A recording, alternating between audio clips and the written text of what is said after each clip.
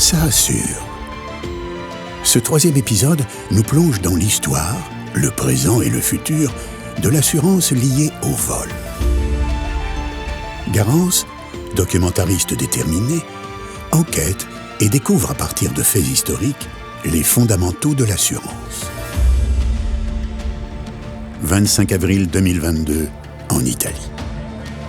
À l'occasion de la fête de la Libération, elle entend « Bella Ciao ». Des milliers d'habitants ont entonné la chanson des partisans à l'occasion de cette fête qui marque la libération de Milan, Turin et Gênes en 1945. Cette chanson lui rappelle la série « La Casa dei Papel », inspirée d'une histoire vraie, avec un nouveau regard sur un célèbre casse survenu en 2006 en Argentine. Des malfrats se sont emparés d'un beau butin après avoir pris les occupants d'une banque en otage avec des armes factices. Spontanément, Garance fait plusieurs recherches sur les grands vols. Vol célèbre. Ah, voilà. Le 18 juillet 1976, la police découvre stupéfaite les coffres vides de la Société Générale à Nice. 46 millions de francs se sont évaporés et les auteurs du cambriolage ont filé en creusant un tunnel depuis les égouts de la ville. Ah, tiens, il y a aussi la demande de rançon de John Paul Getty III, petit-fils du magnat du pétrole. 17 millions de dollars, waouh. Garance découvre que les actes de piraterie existent encore en mer, dans certaines zones géographiques. Et surtout, que les demandes de rançon ont aujourd'hui trouvé un nouveau terrain de jeu avec la cybercriminalité. Elle apprend qu'il existe des assurances kidnapping et que les assureurs s'intéressent de près à la garantie des rançons en cas de cyberattaque. Spontanément, Garance appelle Henri, l'ami de ses parents. Bonjour Henri. Bonjour Garance, ça va ? Oui, merci. Je te dérange pas ? Pas du tout, mais j'ai le sentiment que tu as un truc à me demander. Tu ne serais pas en train de te documenter ? Un nouveau sujet, Garance ? Ah, je peux rien te cacher. Je suis sur le vol et même les rançons. C'est énorme aujourd'hui, mais ça semble vieux comme le monde. Du coup, je viens de vérifier mon contrat, je suis bien assurée. Contre le vol. Mais dis-moi, l'assurance contre le vol, les rançons, ça vient d'où ? Eh bien vois-tu, l'assurance vol, c'est assez récent. En revanche, la volonté de se protéger des voleurs et des pirates a toujours existé. En fait, pour comprendre Garance, tu vas devoir remonter le temps. Je te conseille d'appeler mon ami Patrick, tu le connais déjà. Lui, il te parlera de l'époque romaine. Ok. Et puis... Tiens, j'ai une autre idée. Tu ne le connais pas, mais je pense à Cyril Piatekhi. Lui, il peut t'aider. C'est un professeur d'économie et c'est un fin connaisseur de l'évolution de l'assurance. Lui, il te parlera, par contre, du Moyen-Âge. Tu veux que je t'envoie ses coordonnées ? Ah oui, génial. Qu'est-ce que je ferais sans toi, Henri ? Bah, tu sais, l'assurance, c'est un métier, puis c'est aussi mon métier. Immédiatement, Garance remercie Henri, raccroche et appelle Patrick, qu'elle avait déjà interrogé lors d'une enquête précédente. Bonjour Garance. Je vous dérange pas, Patrick ? Non, je vous en prie, je vous écoute avec plaisir. J'ai un autre sujet, Patrick. Cette fois-ci, je suis en train de me documenter sur le vol, les rançons, dont on parle de plus en plus aujourd'hui. Vous pouvez certainement m'aiguiller. D'abord, les rançons et les vols, et surtout la piraterie, ça existait sous l'Antiquité ? Oui, bien sûr. La piraterie sévissait très souvent en Méditerranée, et même en temps de paix, les risques étaient considérables. Les plus anciens auteurs, dans leurs récits, écrivent dans cette période au cours de laquelle, déjà, commerce, piraterie et navigation vont ensemble.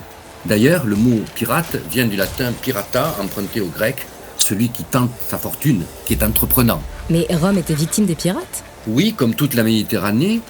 Cela dit, jusqu'au 1er siècle avant Jésus-Christ, comme les pirates sont les principaux fournisseurs de Rome pour son marché aux esclaves, ils sont tolérés.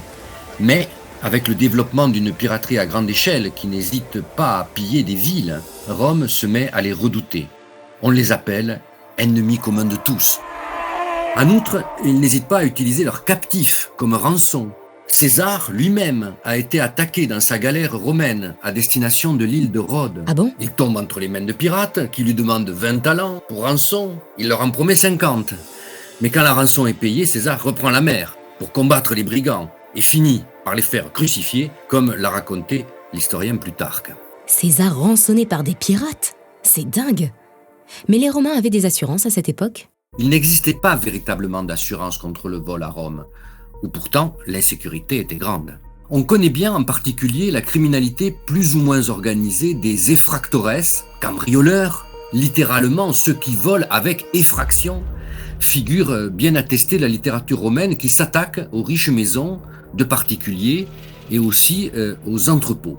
Pour prévenir ces effractions, Dans l'insécurité donc de la Rome impériale, on sait que les citoyens prenaient des mesures minimales pour mettre leurs biens en sécurité. Ils installaient des fenêtres élevées avec des barreaux. À Pompéi, les portes d'entrée des riches demeures étaient de dimensions imposantes avec des serrures complexes et des barres de bois ou de fer perfectionnées. Ok. On apposait aussi des chiens de garde en trompe-l'œil avec l'inscription « Cave canem », attention aux chiens. L'une de ces mosaïques en particulier a été très bien conservée. C'est un peu comme la prévention que les assureurs proposent ou imposent dans les contrats d'assurance habitation, non? Ça peut y ressembler en effet. D'ailleurs, d'une certaine mesure, les effractores le savaient quand ils s'attaquaient aux entrepôts, notamment publics, les auréas, vastes et solides constructions, qui pouvaient recevoir les dépôts des particuliers.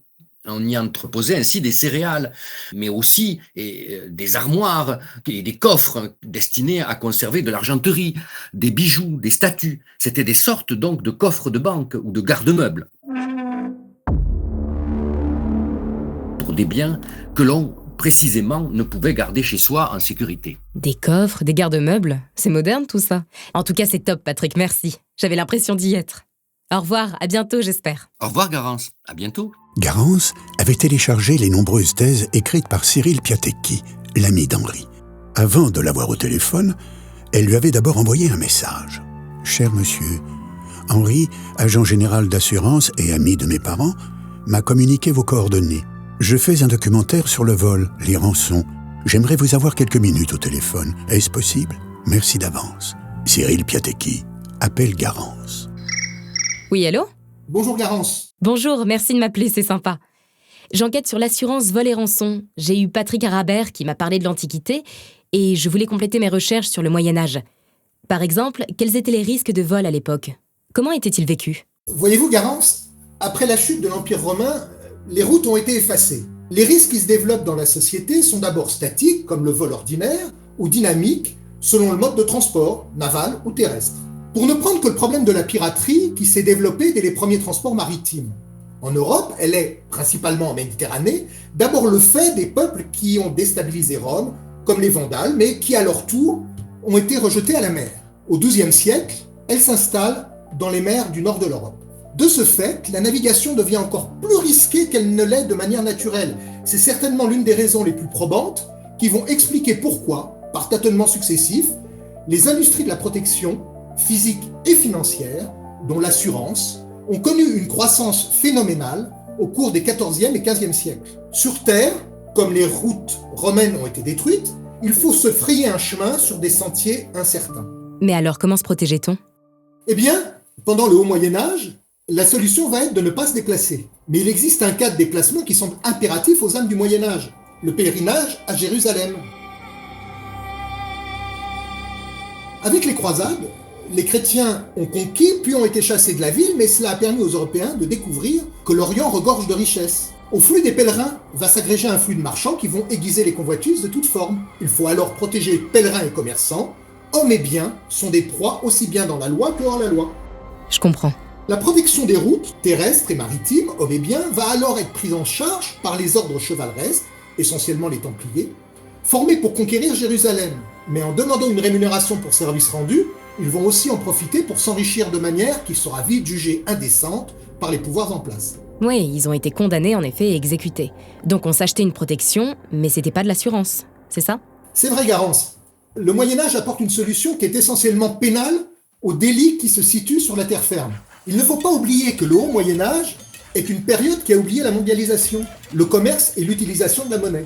Le vol est essentiellement un vol perpétré par des voisins et très répandu. Ouais. Après la guerre de 100 ans, grande pourvoyeuse de larrons de toutes sortes, le pouvoir royal s'est renforcé en endossant la mission qu'il va définir comme régalienne de châtier les agressions à la personne, les agressions violentes, les vols de même type opératoire, crapuleux ou professionnels, pour lesquels les siècles passés accordaient largement le pardon ou l'exigence d'une peine pécuniaire. Il met en place de nouvelles peines corporelles aux côtés des bannissements et du pilori. Tout ceci va rapidement s'atténuer avec l'essor de la marine royale, grande dévoreuse de bras avec les galères. En Angleterre, la justice est déléguée mais privée de moyens. Les shérifs doivent se financer sur la restitution des biens. Cette dernière n'est donc que partielle. Et cela va durer jusqu'au XVIIIe siècle. Des shérifs rémunérés par rapport aux biens restitués, c'est pas banal ça. Et les rançons, elles existaient? Bien sûr, Or, l'enlèvement pour la revente en tant qu'esclave, largement pratiqué par les Vikings dans le nord de l'Europe, la rançon tient une large part dans l'économie du Moyen-Âge. Dans une économie où les sources de richesse sont limitées, les occasions de s'enrichir sont rares. Elles représentent plutôt un processus de chaise musicale. Je prends ce qui appartient aux autres. C'est le cas des tournois de chevalerie dont le vainqueur en lice héritait des chevaux, des armures et d'une partie des biens de l'adversaire défait.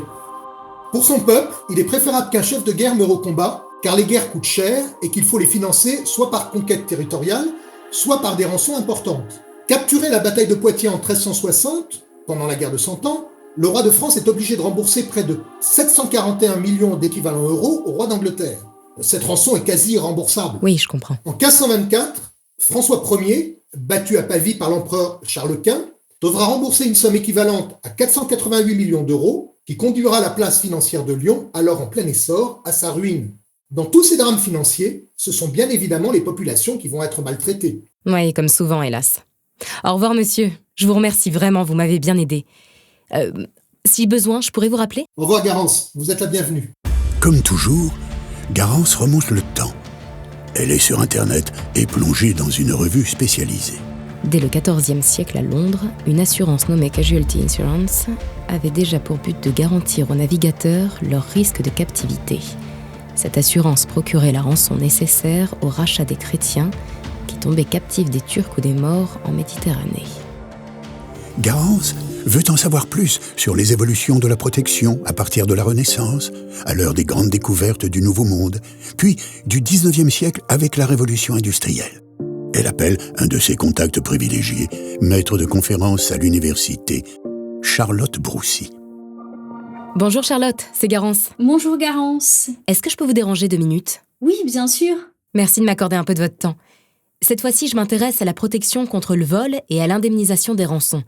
J'ai fait des recherches sur l'Antiquité et le Moyen-Âge, j'ai eu des contacts, mais j'ai l'impression qu'il n'y a pas beaucoup d'assurance. À partir de la Renaissance, quelle est la situation avec la découverte de l'Amérique, par exemple ? Alors on a toujours bien le problème de la piraterie et des rançons. Il faut dire que la piraterie est inhérente au commerce maritime, surtout s'il est florissant. En Méditerranée, les dangers ont toujours existé et ils continuent d'exister. Et puis, comme vous l'avez dit, avec l'ouverture au monde atlantique, la piraterie se développe aussi à proximité des colonies d'Amérique. Pour les assurances contre le risque de piraterie, il faut notamment aller voir l'ordonnance de la marine de Colbert de 1681, puisque cette ordonnance valide les assurances dites de rachat. Assurances qui permettent de payer le prix de la rançon de ceux qui ont été capturés par les pirates. Et si le prisonnier mourait, les assureurs devaient malgré tout verser la somme assurée au titre de la rançon à celui qui avait souscrit l'assurance, par exemple au patron du navire. Donc on a commencé à faire des lois. Et sur Terre, comment ça se passait avec le vol et les brigandages ? L'assurance contre le risque de vol n'a longtemps pas été à l'ordre du jour. Les seules réponses apportées au vol étaient donc d'ordre pénal et la répression pouvait d'ailleurs être très sévère, comme c'est l'exemple dans l'affaire du courrier de Lyon. Et c'est quoi cette affaire ? C'est une affaire qui date de l'époque révolutionnaire.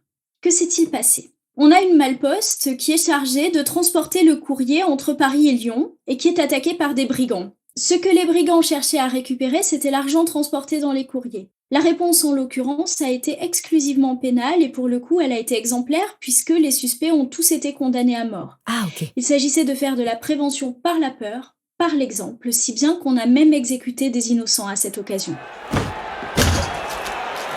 En tout état de cause, il n'a pas été question d'assurance ici. La logique est en effet différente, puisque par l'assurance, on cherche à compenser les pertes subies par les victimes, plutôt qu'à punir pour établir l'ordre public. Avec l'assurance, on a davantage l'idée de mutualité en faveur des victimes que celle de maintien de l'ordre à l'encontre des coupables. Donc on préférait la réponse pénale. Mais on avait peur d'assurer le vol ? On peut dire ça comme ça.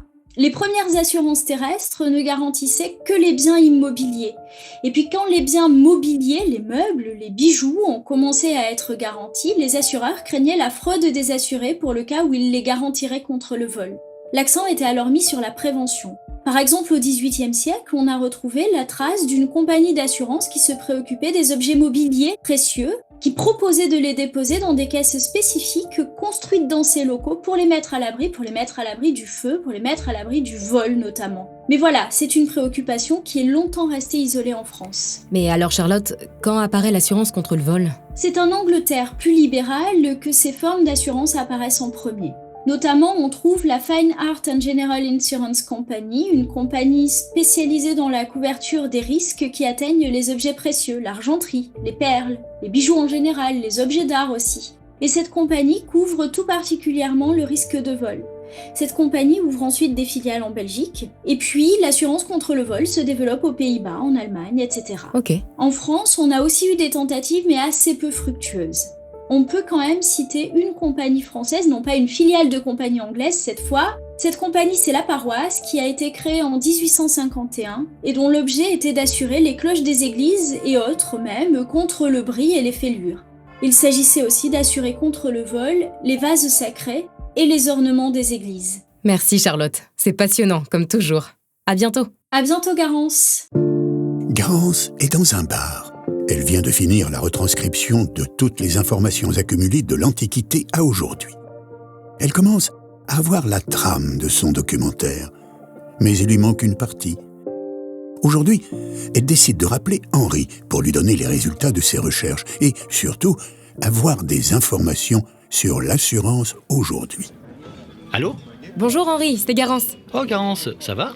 T'as 5 minutes? J'ai presque terminé mon documentaire, mais j'ai encore besoin de toi. Pas de problème, par contre je suis pas seul. C'est au sujet de l'assurance vol.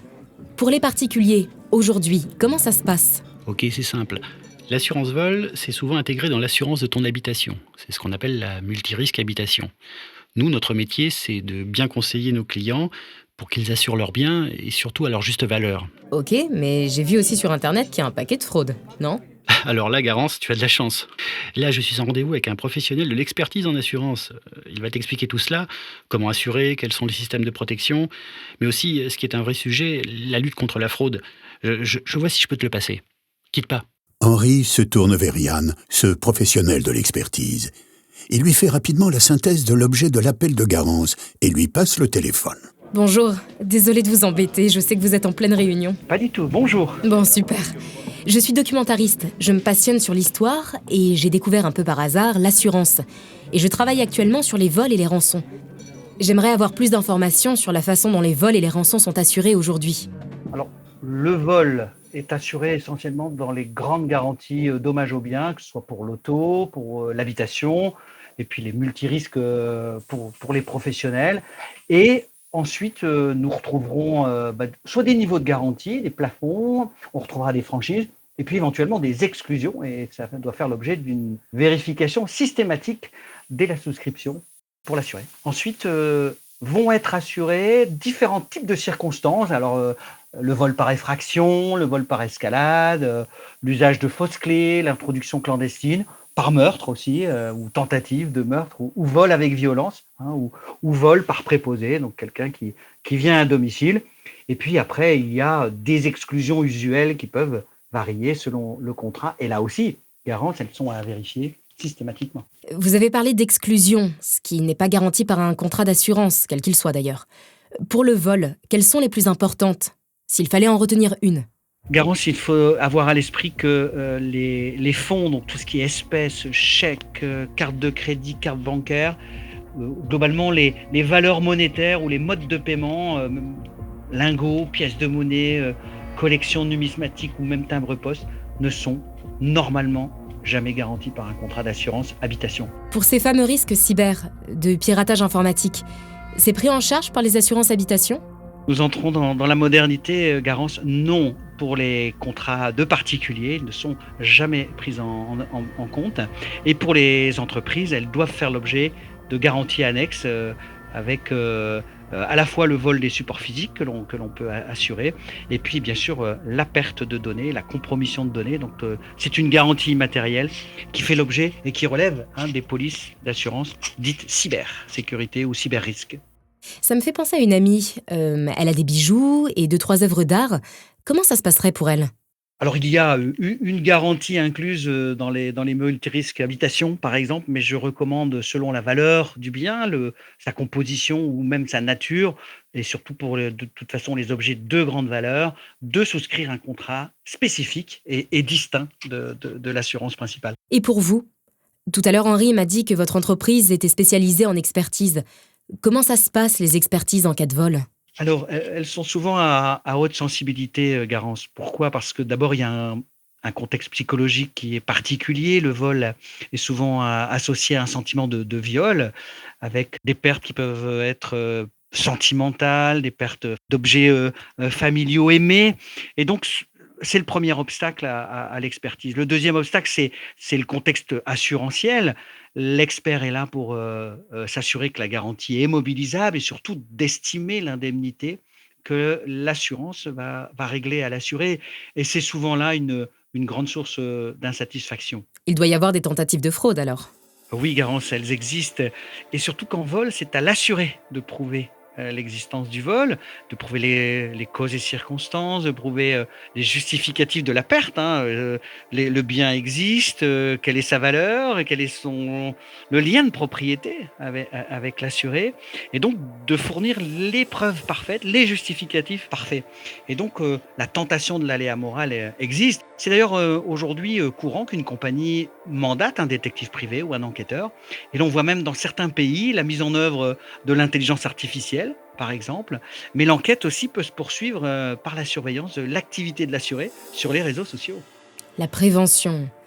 La prévention, j'en entends beaucoup parler, mais est-ce qu'elle est efficace ? Nécessaire et efficace. Et s'il n'y avait que deux modes de prévention à retenir, la première, c'est de faire régulièrement le point sur les garanties souscrites, que ce soit les exclusions, les plafonds, les franchises applicables, la valeur des biens estimés, et dès qu'on a des biens précieux, bien évidemment, de les assurer spécifiquement. À veiller aussi, c'est la mise en œuvre des systèmes de protection qui peuvent avoir été imposés par la compagnie. Puisqu'on parle de ces systèmes de surveillance et de protection, ils doivent, eux, et c'est le deuxième levier, faire l'objet de tests réguliers et de contrats de maintenance nécessaires. Et à ces conditions-là, la prévention est très efficace. Voilà, Garance. Bon, je vous remercie, je vous retiens pas plus. Dites à Henri que je le rappelle plus tard. Merci beaucoup, monsieur, de toutes ces précisions. Au revoir. Au revoir, Garance. Garance est chez elle. Elle a presque bouclé l'écriture de son documentaire. Depuis l'Antiquité, les humains ont cherché à se protéger plus ou moins efficacement contre les vols et les demandes de rançon. Face à ces aléas de la vie, c'est l'assurance et son principe de mutualisation qui permet de répartir solidairement les risques. Mais si l'assurance indemnise, elle doit aussi être appuyée par de la prévention qui, elle, reste depuis des millénaires un moyen incontournable pour réduire les dangers en général et les vols en particulier. Avant de conclure, elle se décide d'appeler Bertrand, un professionnel qui écrit sur l'avenir de l'assurance. Elle va terminer ainsi son voyage dans le temps et peut-être se projeter dans l'avenir. Ah mince, j'avais oublié d'appeler Bertrand. Bon, je l'appelle. Allô Bertrand, c'est Garance. Comment allez-vous ? Oui, très bien Garance, comment allez-vous ? Très bien Bertrand, je vous remercie. J'ai encore besoin de vous. Pas de problème Garance, dites-moi. Voilà, je termine mes recherches sur le vol et là encore je suis passée des rançons aux pirates en passant par le vol d'objets d'art jusqu'au vol de données et le fameux hacking. Et même de l'identité numérique. Qu'est-ce que vous pensez de ce type de risque, ce type de vol ? Et comment voyez-vous les choses pour l'avenir ? Quelles sont les tendances ? C'est drôle ce que vous dites, Garance. Finalement, la vie n'est qu'un perpétuel recommencement. Vous évoquez le hacking de données. Ça fait spontanément penser à cette fameuse escroquerie apparue, je crois, au XVIe siècle en Espagne. Elle s'appelait la prisonnière espagnole. La prisonnière espagnole ? Oui, en fait, un seigneur recevait un message du type « Une princesse très riche et très belle est détenue, envoyez telle somme d'argent pour la libérer et elle viendra vous épouser ». Cela doit vous faire penser à certaines escroqueries faites aujourd'hui, soit par SMS, soit par mail. En tout cas, le vol de données est aujourd'hui en pleine explosion. Mais alors, que peut-on faire ? Il va falloir renforcer de façon significative un tas de choses. La résilience des infrastructures et des réseaux de communication et des données privées, bien sûr, vos données de santé, par exemple, vos données financières, etc. Il faudra aussi garantir les données de plus en plus denses à l'intérieur de votre téléphone mobile, Garance. Et puis, plus généralement, augmenter la protection, la cyber-résilience des actifs spatiaux. Et puis, du côté fond marin, vous savez qu'il y a des gros câbles, il faudra assurer leur sécurité. Il y aura toujours des voleurs, de toute façon. Vous vous rappelez Jesse James, Jules Bonneau, Albert Spaggiari, Julian Assange, plus récemment, les groupes de voleurs de cartes bancaires. certaines entreprises et même certains États. Donc, Garance, le vol est un risque d'hier, d'aujourd'hui, de demain. Et comme toujours, sur tous les risques, il faut accentuer significativement toutes les stratégies et les actions de prévention. Il vaut mieux prévenir que guérir. On voit bien à Rome qu'il existait déjà des mesures de prévention, c'est pas nouveau. Ce n'est pas nouveau, il faut l'accentuer. La prévention est un élément majeur pour réduire les probabilités de survenance d'un risque. Et si vous me laissez pour terminer, Garance, formuler un souhait, il serait vraiment utile et impératif que tous les particuliers, toutes les entreprises, les pouvoirs publics, tout le monde enfin, prennent conscience que la prévention des risques de vol est le seul moyen de réduire significativement ce risque. Bon, super. Merci beaucoup Bertrand, je tiens ma conclusion. J'espère qu'on aura bientôt l'occasion de se voir. J'espère, Garance, et de rien, et passez une bonne journée. Au revoir. Ok, cette fois-ci c'est bon, je vais juste ajouter ce que m'avait dit Henri. Le grand public sous-estime le rôle de l'assurance, son utilité sociale. Elle est un acteur majeur de la prospérité des sociétés. L'assurance accompagne depuis des millénaires les transformations multiples de notre monde, la libération de l'homme et la sécurisation de l'aventure des entrepreneurs face aux multiples risques auxquels ils sont confrontés. Voilà, c'est terminé. Bella ciao.